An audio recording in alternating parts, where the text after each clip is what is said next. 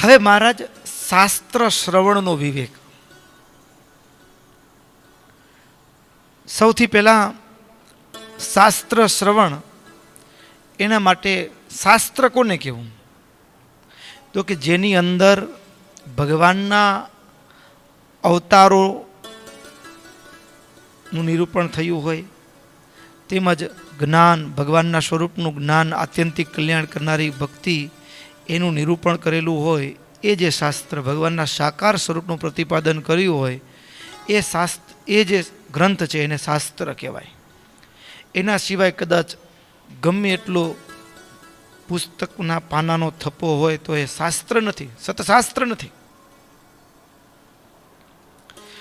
જે મને તમને પરમાત્મા ભગવાન, ભગવાનના સંતોને વિશે હેત કરાવનારું, એટલું જ નહીં, જીવન જીવવાનું રાહ બતાવનારું ન હોય, એ કદાચ ગ્રંથમાં ગમે તેવું લખાયેલું હોય તો એ ગ્રંથ ચોપડી કહેવાય, એને શાસ્ત્ર કહેવાય નહીં. હવે શાસ્ત્ર જે, એ શાસ્ત્ર પોતે ભણવું, બીજાને ભણાવવું. મહારાજ કે પાછું એક શાસ્ત્ર સાંભળીએ ને, એમાં પણ મહારાજે સ્પષ્ટતા કરી. એ શાસ્ત્ર સાંભળવામાં વિવેક શું રાખવાનો? તો કે એ શાસ્ત્ર જેના હૈયામાં ભક્તિ છે, જેના હૈયામાં ધર્મ, જ્ઞાન, વૈરાગ્ય છે, એવા વક્તાના મુખેથી સાંભળવું. નહીતર યદ્યપિ શાસ્ત્ર હોવા છતાં પણ એનાથી કોઈ લાભ થાય નહીં. લાભ થાય નહીં એટલે શું? તો કે ભક્તો જેમ શરીરમાં બીમારી હોય, ડાયરિયા થઈ ગયા હોય, હા, અને એ સમયે આપણે દવા પીએ પણ ગુણ કરનારી છે, સારી છે, તો એ પણ શરીરમાં રહેતી નથી, નીકળી જાય છે. ઔષધિ યદ્યપિ શરીરમાં બળ પ્રદાન કરનારું છે, ભોજન પણ બળ પ્રદાન કરનારું છે, પણ એવો રોગ છે કે પેટમાં રહેતું નથી, તો ભોજન જમ્યા તો શું થયું? કેવળ અહીંયાથી જમ્યા અને શરીરમાંથી પાસ થઈને બહાર નીકળી ગયું. એની શરીરમાં રતિ ભાર પણ અસર, જમ્યા એટલે પાસ થાય એટલો સમય ખાલી એમ લાગે કે હું જમ્યો, પેટમાં ઉકળાટ હતો, બળતરા હતી, એ શાંત થઈ, એટલું જ ખાલી. એના સિવાય બીજો શરીરમાં કોઈ લાભ જણાતો નથી. એમ જેના હૈયામાં ભક્તિ નથી, જેના જીવનમાં ધર્મ નથી, જેના જીવનમાં જ્ઞાન, વૈરાગ્ય નથી, એના મુખથી કથા સાંભળ્યું તો જેટલો સમય કથામાં બેઠા, બસ એટલો સમય સાંભળીને જેવા મંડપથી બહાર નીકળીએ એટલે જેવા હતા એવા ને એવા જ. કંઈ લાભ નથી, ઉલટાનું નુકસાન થઈ શકે, ઉલટાનું નુકસાન થાય.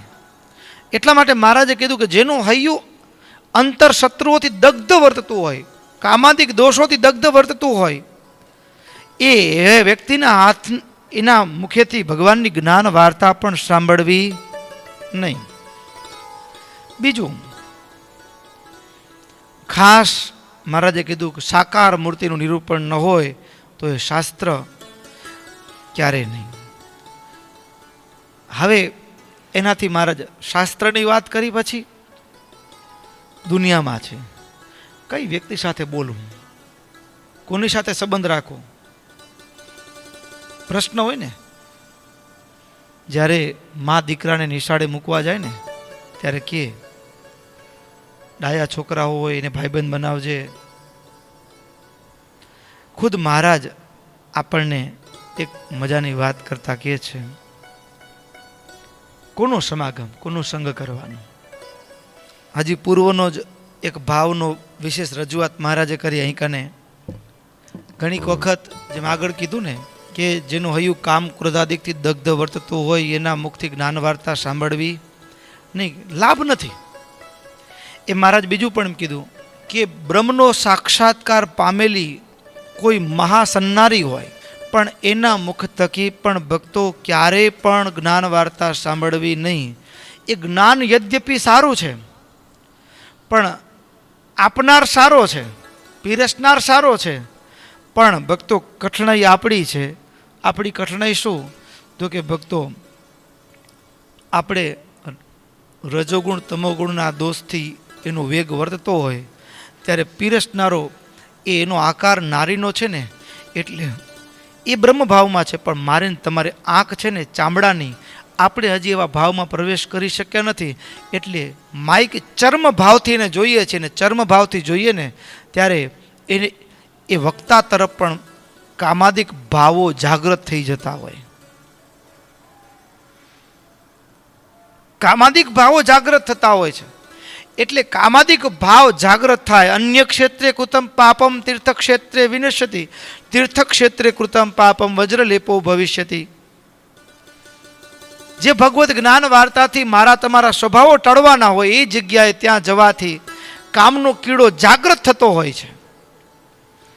એનો મતલબ એવો નથી કે બહેનોનો અનાદર છે, અનાદર નથી ભક્તો. બહેનોએ બહેનોની મુખ થકી કથા સાંભળે એ શ્રેષ્ઠ છે. પણ પુરુષો માટે કથા શ્રવણ દરમિયાન આ સંભાવના એ પ્રબળ રહે છે. એટલા માટે કોઈ બ્રહ્મવાદી ભારતીય સન્નારી કથા કરતી હોય તો પુરુષોએ વિવેક રાખવો કે એવા સમયે કથા શ્રવણ કરવામાં યદ્યપી જ્ઞાન વાર્તા છે, પણ જ્ઞાન એ આપણા જીવનમાં આવવાના બદલે એ દોષોને સ્ફુરાયમાન થવાનો યોગ પ્રબળ છે. એટલે વિવેક રાખવો જરૂરી છે. વિવેક રાખવો જરૂરી છે. પછી એવું નહીં હો પાછું, નહીંતર ઘણી વખત ઘરમાં પત્ની હોય કે મા હોય અને કંઈક ભલામણની વાત કરે, તમારે મારે કંઈ કહેવાનું નહીં. કેમ? તો કે મહારાજ કીધી સ્ત્રીના મુખ થકી જ્ઞાન વાર્તા સાંભળવી નહીં. લ્યો, એવું નથી. મહારાજ કે કથા સાંભળીએ, જેની પાસે બેસીએ તો મળે ક્યારે, પ્રાપ્ત ક્યારે થાય? તો કે ખાલી થઈને જવાનું. ખાલી થવું એટલે શું? બહારથી તો ખાલી થવું, માણા ખાલી થઈને જવું એટલે નિર્માની ભાવે. કથાનું શ્રવણ કરવું ત્યારે નિર્માની ભાવે, સંતોની આગળ નિર્માની ભાવે. ભક્તો નિર્માની ભાવ ન હોય ને ત્યારે શું બને? તો કે જેમ કોઈક પાત્ર ભરેલું હોય અને ઉપર પાણીનું બકેટ ભરેલું છે ને ઉપર નળ ચાલુ કરીએ તો શું થાય? એ બહાર ઢોળાવાનું છે. એમ કથા શ્રવણ કરવા માટે જઈએ પણ આપણે ખાલી ન હોઈએ તો આપણા પાત્રમાં કંઈ આવતું નથી, એ બધું વહી જાય છે. સંતો પાસે જઈએ શું કહેવાના છે? મને તો બધી ખબર જ છે. ભરેલો થકો જ્યારે જાય છે ત્યારે એ સાનિધ્યમાં રહેવા છતાં પણ એ કાંઈ પામી શકતો નથી. નિર્માની ભાવે, દાસ ભાવે. અને જ્યારે કોઈ વચન કહેતું હોય ત્યારે એકાગ્ર ચેતસા, એકાગ્ર ચિત્તે એનું શ્રવણ કરવું. બીજી વાત મહારાજ કહે છે, વૃથાવાદ. હા, બે મિત્રો હતા.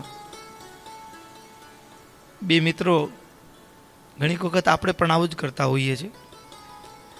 બે મિત્રો હતા ને એમાં એકે કીધું કે આપણે ભેંસ લેવી છે. ત્યારે બીજાએ કીધું કે ભેંસ લે ભલે, પણ મારા ખેતરમાં ના આવી જોઈએ. મારા ખેતરમાં તારી ભેંસ ના આવી જોઈએ.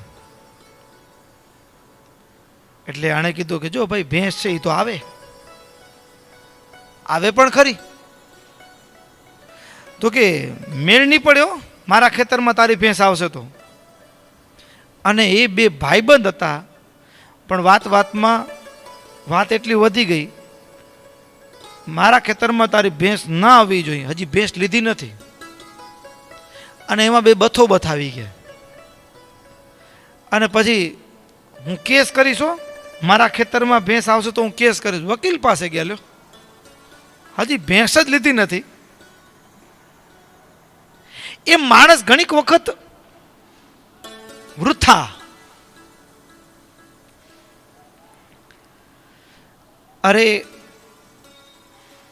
વૃથાવાદ, જેનું પ્રયોજન નથી, જેનું કોઈ કામ નથી, જેનાથી કંઈ લાભ નથી, એવી જગ્યાએ વ્યર્થ સમય ગુમાવે છે.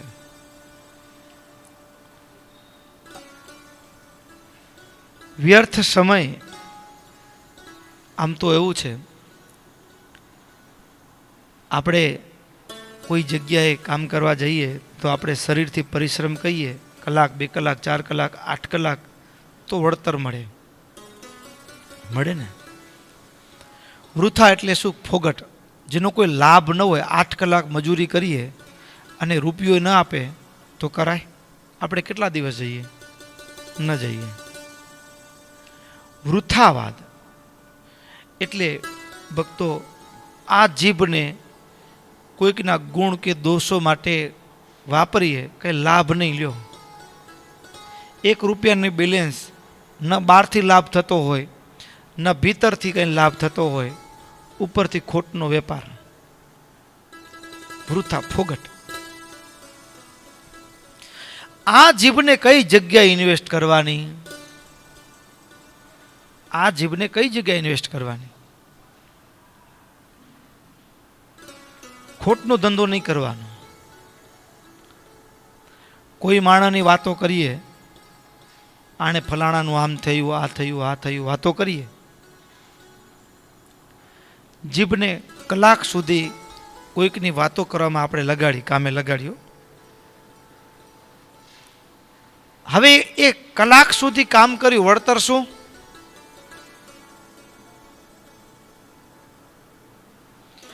વળતર તો નહીં, ઉપરથી ખોટનો વેપાર. ખોટનો વેપાર. જેના દોષો, જેની વાતો કરી, બરાબર ને? હા, આ ઇન્ટરનલ ટ્રાન્ઝેક્શન ચાલુ હોય ઠાકોરજીના દરબારમાં. આ ઓનલાઈન સિસ્ટમ તેદીથી ચાલુ છે. હા, ઠાકોરજીનો કેમેરો એવો સરસ લગાવેલો છે. હા, 8 છે એ માણસના કર્મના સાક્ષી હોય છે. આપણે એમ થાય કે મને કોણ જુએ છે? કોઈકની વાતો કરતા હોય ને, આ દુનિયામાં તો કોઈ સાંભળતું કે ન સાંભળતું હોય, 8 કલાકોને બરાબરની ગાળો દીધી હોય, પણ 8 આપણા કર્મના સાક્ષી બનતા હોય. હા, એ કેમેરા લાગેલા છે. પવનદેવ ગમે તે જાઓ એ તો હોય જ. એના વગર તો એ ન હોય તો આપણે ન હોઈએ. કેમેરો ઠાકોરજીનો કેવો લ્યો છે કે નહીં? જ્યાં જઈએ પૃથ્વી તો હોય જ. આ કેમેરો છે ઠાકોરજીનો. તો આપણે કોઈકની વાત કરીએ છીએ એટલે મહેનત કરવી, એટલે ચોપડામાં 2 કલાકનો ટાઈમ તો ચડી જાય ને. કોઈ જગ્યાએ માણસ મજૂરી ગયો તો કોઈક નોંધ કરનારો કે ભાઈ અને 2 કલાક ટાઈમ મહેનત કરી છે, ઓવર ટાઈમ ચડાવી દેવાનું. એમ આપણે કોઈકની વાતો કરીએ છીએ એટલે આપણા ખાતામાં ચડે છે. હવે ખાતામાં ચડે છે, હવે ચડે છે, એનું વળતર મળે કે નહીં મળે? હવે આનું વળતર શું? આ તો કેવું રિવર્સ માર્કિંગ વાળી સિસ્ટમ છે. રિવર્સ માર્કિંગ વાળી સિસ્ટમ એ ઈશ્વરની દુનિયામાંથી જ અત્યારના લોકોને પ્રાપ્ત થયું છે. પેલી કોમ્પિટિટિવ એક્ઝામ આવે ને, એમાં એક સાચો પડે તો 1 માર્ક્સ મળે અને ખોટું પડે તો 1 કપાય. એનો તો કપાણો, પણ બીજો 1 ઓછો થાય. ન મળ્યો તો વાંધો નહીં, સમજ્યા ને? ના આવડ્યું, ખોટો લખાઈ ગયો, ના આવડતું તો લખવાનું નહીં, લખો તો 1 ઊંધું, રિવર્સ કપાય. એમ આ જીભનું પણ એવું છે. ન ખબર હોય તો બોલવું નહીં, અને બોલવા ખોટું બોલ્યા તો રિવર્સ માર્કિંગ. અને રિવર્સ માર્કિંગ એટલી ગજબની છે, ઠાકોરજીની સાક્ષી છે. કોઈકના વિશે ટીકા ટિપ્પણી કરીએ અને એ વ્યક્તિ ઇન્ટરનલી ટ્રાન્ઝેક્શન ચાલુ છે. હવે દોષોનું ચિંતન કર્યું ને, એટલે આપણે જે વાતો કરી છે એના ઉપરથી માણસની વાત ઉપરથી એની જરૂરિયાત સમજાઈ જાય. માણસની વાત ઉપરથી એની જરૂરિયાત રજૂ થતી હોય છે. કોઈકના દોષોની વાત કરતા હોય તો એમ લાગે કે આને દોષોની બહુ જરૂર છે, એટલે એના ખાતામાંથી દોષોનું ટ્રાન્સફર ઓનલાઈન સિસ્ટમ જે સાક્ષી છે એ રજૂઆત કરે, પ્રભુ આને 2 કલાક મહેનત કરી છે અને એની જરૂરિયાત શેની છે? દોષોની છે. એટલા માટે મહારાજે વચનામૃતમાં કીધું કે કોઈ સત્પુરુષો હોય એને વિશે દોષ ભાવ કલ્પે તો એનામાં દોષ બધા આવે પાછા. ઠાકોરજીની વ્યવસ્થા છે, ઠાકોરજીની બહુ અદ્ભુત વ્યવસ્થા છે. એટલા માટે મહારાજ કહે છે શું? વૃથા વાદો ન કર્તવ્ય. કોઈકના ઓટલે બેસીને આમ એમ થાય ટાઈમ પાસ થઈ ગયું. કેવળ ટાઈમ પાસ નથી થતું હો, બીજું ઘણું બધું થાય છે. ઘણી બધી આગળની પ્રક્રિયા એ ખાલી ઓટલે બેસીને કામ કરવાથી થઈ જતી હોય, આપણને ખબર નથી. અને એ પ્રક્રિયા થઈ ગઈ હોય ને, ખાતામાં જમારું ઉધાર ચડી ગયું હોય, એ પછી અંતિમ સમય આવે અને ત્યારે બધી ચોપડાઓ ચિતરાય, દેખાય નજર સામે, ત્યારે ખબર પડે કે ઓહ આ બધું થઈ ગયું છે. અમને તો એમ હતું કે ખાલી આ ટાઈમપાસ હતું, પણ ટાઈમપાસ નહોતું.